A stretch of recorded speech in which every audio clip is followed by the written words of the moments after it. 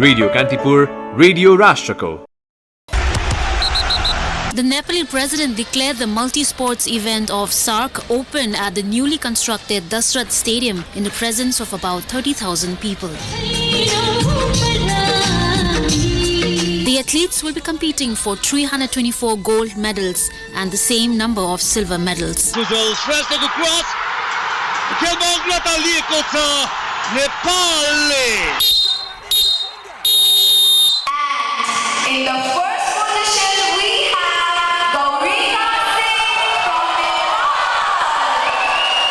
Congratulations, Nepal. Sports World.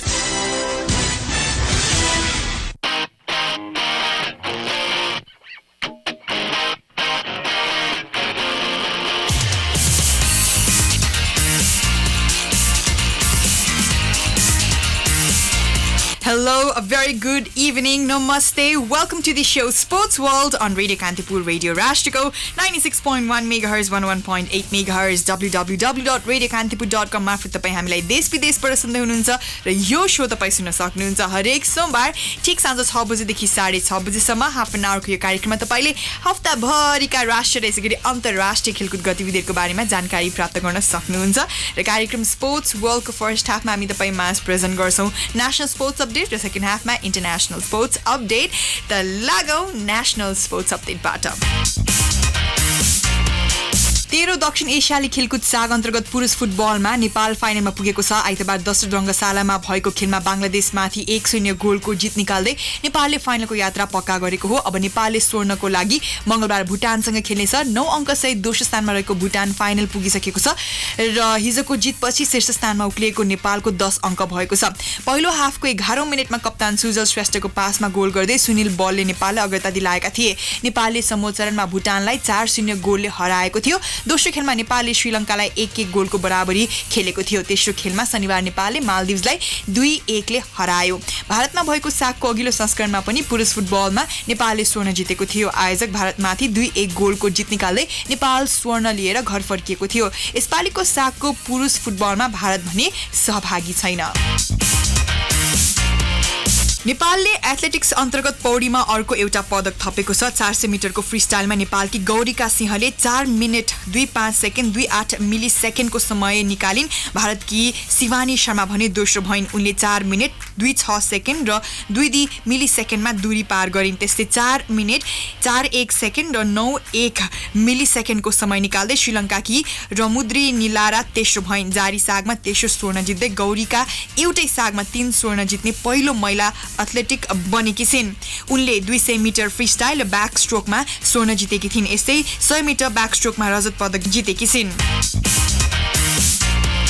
यसैगरी 13 दक्षिण एसियाली खेलकुद साग अन्तर्गत पौडीकी दुवाना लामाले नेपाललाई रजत दिलाएकी छिन्। उनले पौडीको 200 मिटर बटरफ्लाईमा निर्धारित दूरी 2 मिनेट 33.16 सेकेन्डमा पूरा गर्दै रजतमा चित्त बुझाइन्। भारतकी अपेक्षाले डेलिलाले स्वर्ण जितिन्। उनले निर्धारित दूरी 2 मिनेट 21.83 सेकेन्डमा पूरा गरिन्।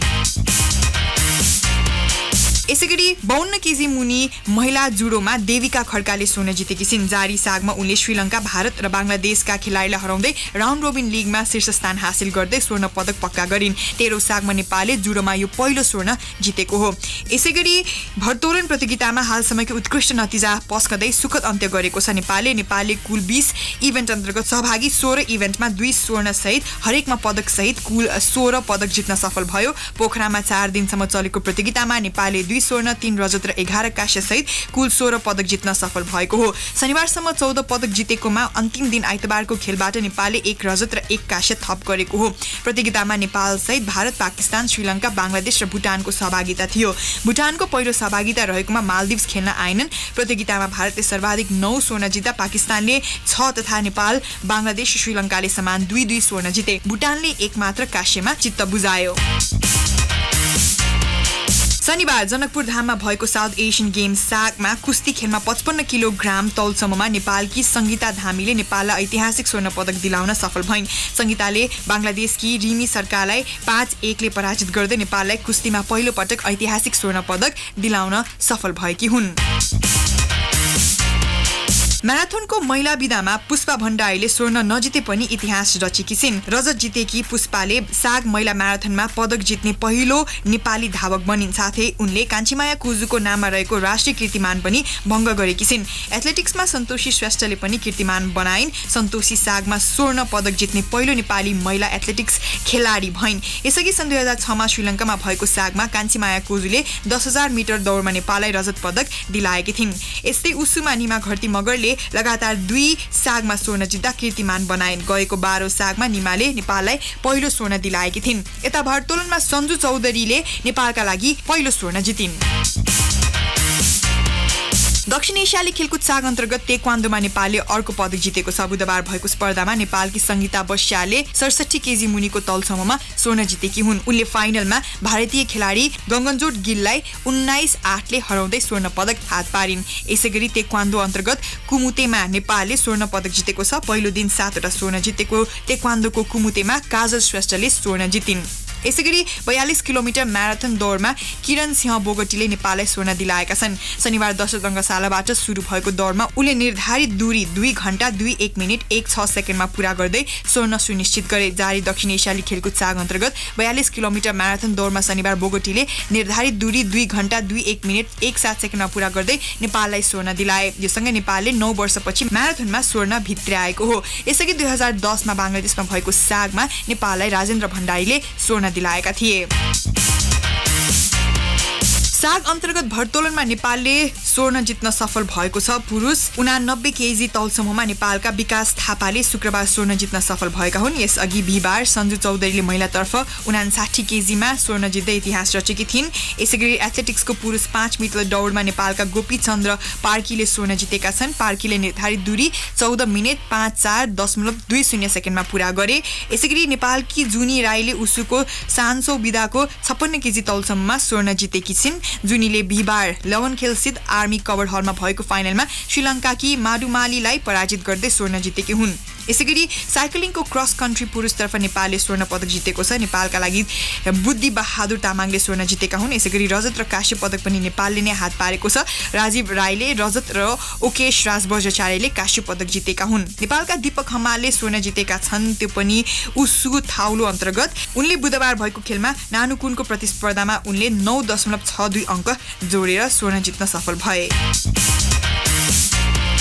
करातेको कुरा गरौँ। करातेकी सुनिता महर्जनले मंगलबार स्वर्ण जितेपछि उनको फोटो एकदमै भाइरल भयो। The moment she shared with her father was the most beautiful photo that we could see at the time on social networking sites. र करातेमा उनले नेपालको लागि स्वर्ण पदक जित्न सफल भइन्। यसैगरी 13औं दक्षिण एसियाली खेलकुद साग अन्तर्गत नेपालले महिला भलिबलमा ऐतिहासिक स्वर्ण जित्नबाट चुकेको छ। मंगलबार भएको फाइनल भिडन्तमा भारतसँग अन्तिम समयमा चुकेपछि नेपाल रजतमा सीमित बन्यो। पहिलो सेट गुमाए पनि नेपालले दोस्रो र तेस्रो सेट जितेर अग्रता लिएको थियो, तर चौथो र पाँचौं सेटमा नेपाली टिम पछि पर्यो।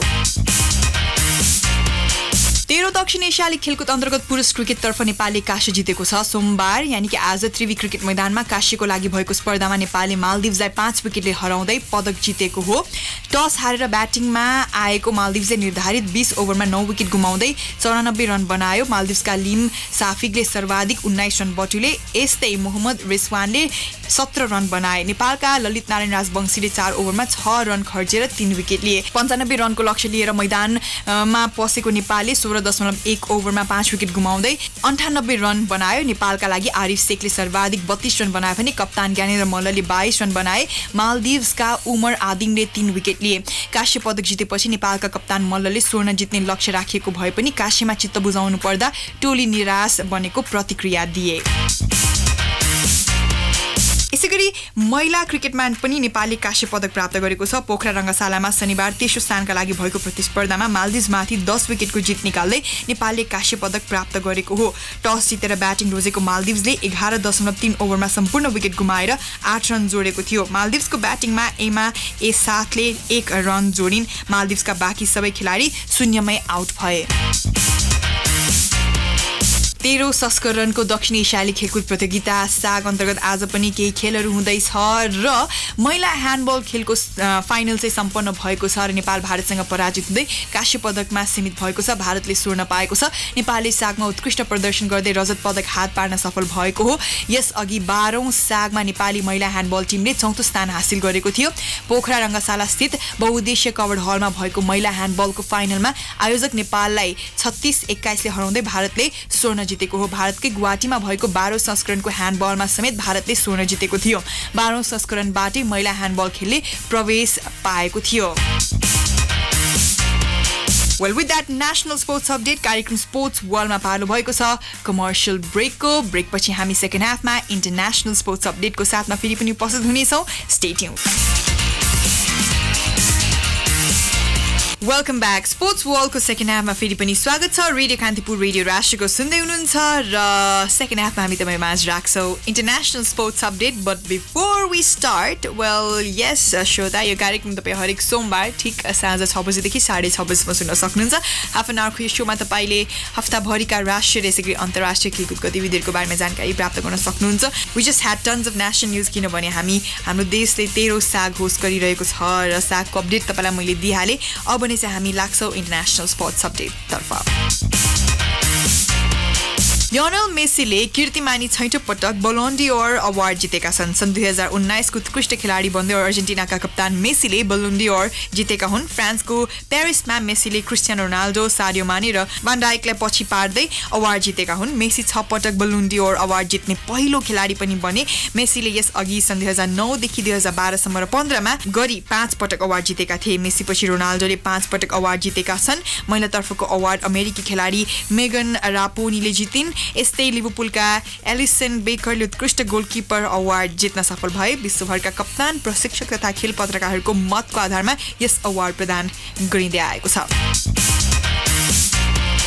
लियोनल मेसीको कीर्तिमानी ह्याट्रिकको मद्दतले बार्सिलोनाले शनिबार राति स्पेनिश ला लिगामा रियल मलोर्कालाई 5-2 ले हराएर उपाधि होडमा अगाडि रह्यो। यही हप्ता मात्रै 6औं बलोन डिओर जितेका अर्जेन्टाइन खेलाडीको यो 35औं ह्याट्रिक रहेको छ र यस क्रममा उनले क्रिस्टियानो रोनाल्डोको नाममा रहेको 34औं ला लिगा ह्याट्रिकलाई उछिन्नेका छन् र यो सँगै अङ्क तालिकामा बार्सिलोना र रियल मैड्रिड दुवै 15 खेलबाट समान 34 अङ्कमा छन्। रियलले यसअघि स्पेनियोललाई 2-0 ले हराएको थियो।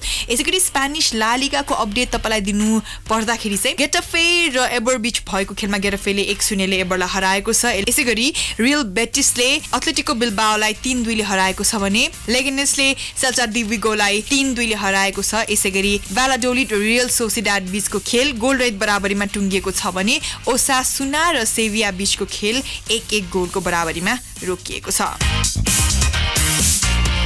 इङ्ग्लिस प्रिमियर लिग फुटबलमा लिभरपुलले अपराजित यात्रा कायमै राखेको छ। शनिबार राति भएको खेलमा लिभरपुलले एएफसी बर्नमाउथमाथि 3-0 गोल अन्तरको जित दर्ता गरेको छ। जितसँगै शीर्ष स्थानमा रहेको लिभरपुलको 46 अङ्क रहेको छ। दोस्रो स्थानमा रहेको लेस्टर सिटीको 35 अङ्क छ। बर्नमाउथको मैदानमा लिभरपुलले 35औं मिनेटमा अग्रता लिएको थियो। उसका लागि च्याम्बरलिनले हेन्डरसनको पासमा गोल गर्दै अग्रता दिलाएका थिए। 44 मिनेटमा मोहम्मद सलाहको पासमा नेभी केइटाले गोल गर्दै अग्रता दिलाए। पहिलो हाफमा 2 गोल गरेको लिभरपुलले दोस्रो हाफमा 1 गोल थपेको थियो। 54 मिनेटमा सलाहले गोल गर्दै लिभरपुललाई 3-0 ले अगाडि बढाए। त्यसपछि थप गोल नभएपछि लिभरपुल 3-0 ले विजयी हुँदै अपराजित यात्रा कायमै राख्न सफल भयो। इङ्ग्लिस प्रिमियर लिग फुटबलमै टोटनहम 6औं स्थानमा उत्रिएको छ। शनिबार राति भएको खेलमा बर्नले माथि 5-0 को फराकिलो जित दर्ता गरेको टोटनहम 23 अङ्कसहित 6औं स्थानमा छ। टोटनहमको जितमा ह्यारी केनले 2 तथा लुकास मौरा, सनमिन र मौसा सिसिकोले 1-1 गोल गरे। घरेलु मैदानमा टोटनहमका लागि ह्यारी केनले 4औं मिनेटमै गोल गर्दै अग्रता दिलाएका थिए। म्यान्चेस्टर सिटी इङ्ग्लिस प्रिमियर लिगको उपाधि होडमा शीर्ष स्थानमा रहेको लिभरपुल भन्दा 14 अङ्कले पछि परेको छ। शनिबार रातिको डर्बी खेलमा म्यान्चेस्टर युनाइटेडले सिटीलाई उसैको घरेलु मैदानमा 2-1 ले हरायो। युनाइटेडको जितमा मार्कस रासफोर्ड र एन्थोनी मार्शलले गोल गरे। खेलको अन्त्यतिर निकोलस ओटामेन्डीले 1 गोल फर्काए। युनाइटेड आफै पनि सिटी भन्दा थप 8 अङ्कले पछाडि छ। यसैगरी EPLमा एभर्टनले चेल्सीलाई 3-1 ले हराएको छ। खेलमा अग्रता एभर्टनले 5th मिनेटमा लिएको थियो। रिचार्लिसनको हेडर गोल मार्फत अग्रता लिएको थियो एभर्टनले र हाफ टाइम पछि 1-0 ले अघि रहेको एभर्टन 2-0 ले अगाडि बढ्यो। तर फ्र्याङ्क ल्याम्पार्डको प्रशिक्षण पाएको टिम चेल्सीले खेलमा कमब्याक गर्ने मौका पायो र 52 मिनेटमा कोवासिसको गोलबाट खेलमा फर्कने उसले प्रयास गर्यो। बट देन डोमिनिक काल्भर्ट लेविनले निर्णायक गोल गर्दै एभर्टनलाई 3-1 ले जिताउन सफल भयो। EPLका पछिल्ला खेलमा लेस्टर सिटी, न्यूक्यासल युनाइटेड र शेफिल्ड युनाइटेड विजय भएका छन्। एस्टन विलालाई 4-1 ले हराउँदै लेस्टरले लिभरपुलसँगको अङ्क दूरी घटाएको छ। 16 खेलबाट 38 अङ्कसहित लेस्टर सिटी दोस्रो स्थानमा यथावत छ। समान खेलबाट लिभरपुल 46 अङ्कमा तालिकाको शीर्ष स्थानमा छ। यसैगरी जेमी वार्डीले 2 तथा केलिची इहान्चो र जोनी इभान्सले 1-1 गोल गर्दै लेस्टरलाई सहज जित दिलाएका थिए। एस्टन विलाका ज्याक ग्रिलिसले सान्त्वना गोल फर्काए। गैराती नै भएको खेलमा न्यूक्यासल युनाइटेडले साउथहम्पटनलाई तथा शेफिल्ड युनाइटेडले नर्विच सिटीलाई 2-1 ले स्तब्ध पारे। जितसँगै शेफिल्ड 22 अङ्कमा तालिकाको 8औं र न्यूक्यासल युनाइटेड 10औं स्थानमा उक्लिएको छ। ब्राइटन एन्ड होम एल्बियन र वुल्भरह्याम्पटनले 2-2 को बराबरी खेल्दै अङ्क बाँडेका छन्। इटालियन सिरिएमा युभेन्टसको पराजित यात्रा सकिएको छ। क्रिस्टियानो रोनाल्डोले गोल अग्रता दिलाउनुका बावजुद पनि युभेन्टस लाजियोसँग पराजित भएको हो। 1 गोलले पछि परेको स्थिति उल्ट्याउँदै लाजियोले 10 खेलाडीमा झरेको युभेन्टसलाई 3-1 ले पराजित गरेको हो। लाजियोको घरेलु मैदानमा भएको खेलमा रोनाल्डोले 25औं मिनेटमा गोल गर्दै युभेन्टसलाई पहिलो अग्रता दिलाएका थिए। तर लुइस फिलिपले पहिलो हाफको अन्त्यमा लाजियोको लागि बराबरी गोल फर्काए। दोस्रो हाफमा युभेन्टसका जुआन कार्डाडोले रातो कार्ड पाए भने लाजियोले 2 गोल थप्यो। क्वाड्राडोले 69औं मिनेटमा रातो कार्ड पाएपछि युभेन्टस 10 खेलाडीमा झरेको थियो। त्यसको फाइदा उठाउँदै लाजियोका लागि 74औं मिनेटमा सर्जी मिलिनिकोभिकले र अन्तिम समयमा फेलिपी साइसिडोले गोल गरे। यस सिजन पहिलो हार बेहोरेको युभेन्टस 15 खेलबाट 38 अङ्कसहित अझै शीर्ष स्थानमा छ। समान खेलबाट 33 अङ्क जोडेको लाजियो तेस्रो स्थानमा छ। With that, कार्यक्रम स्पोर्ट्स वर्ल्ड आजको लागि यति नै। Thank you so much for tuning in. अर्को हप्ता फेरि पनि म उपस्थित हुनेछु स्पोर्ट्स वर्ल्डको साथमा सोमबार ठिक साँझ 6 बजे। अन्टिल देन म बिदा हुन्छु। नमस्कार।